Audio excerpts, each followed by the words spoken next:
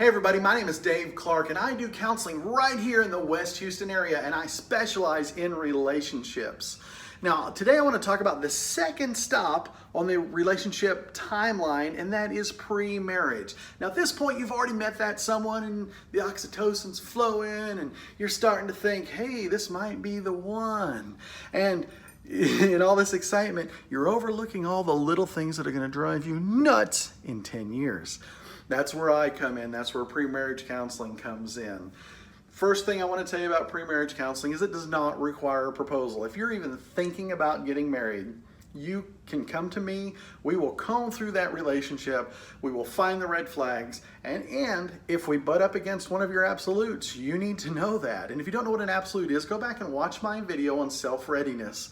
And it will explain to you what your absolutes are. And you need to know those for sure. And you need to have your self-worth in place to respect yourself enough to say, hey, that bumped up against one of my absolutes and this may not be a long-term deal. So often I get people in for marriage and distress counseling. That's the next stop.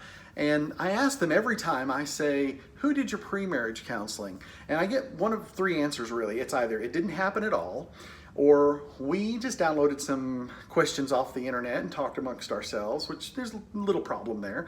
Or number three, our pastor did them. Or three, subset B, our pastor did them 20 minutes before the ceremony. Now I have a big personal problem with that one because it doesn't give you a chance to pull the escape hatch. If you bump up against an absolute, you're already dressed, you're ready to go, you don't have the time, you can't do anything about it.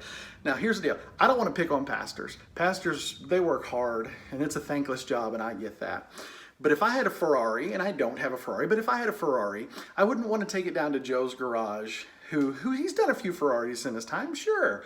I want to take it to the guy that does Ferraris all the time, because he's going to know what's going on. And I don't know about you, but my marriage is far more precious to me than any Ferrari. And so I want the best. I want the guy that does it all the time.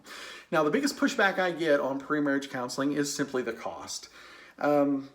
Everybody's spending 20 grand. That's about the average for a wedding these days is 20 grand. But they don't want to spend a couple hundred working on their marriage. They'll spend 20 grand on a wedding, but not a couple hundred on their marriage.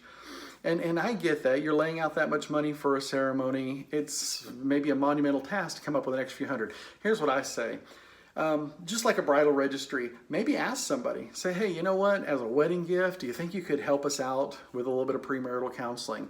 Or the other way, if you know a young couple getting ready to get married or thinking about getting married, you might think about saying, hey, we're gonna help you out with pre-marriage counseling because we think it's that important. Anyway, guys, just remember, in the bigger picture, we're all just walking each other home. Hold hands, enjoy the journey.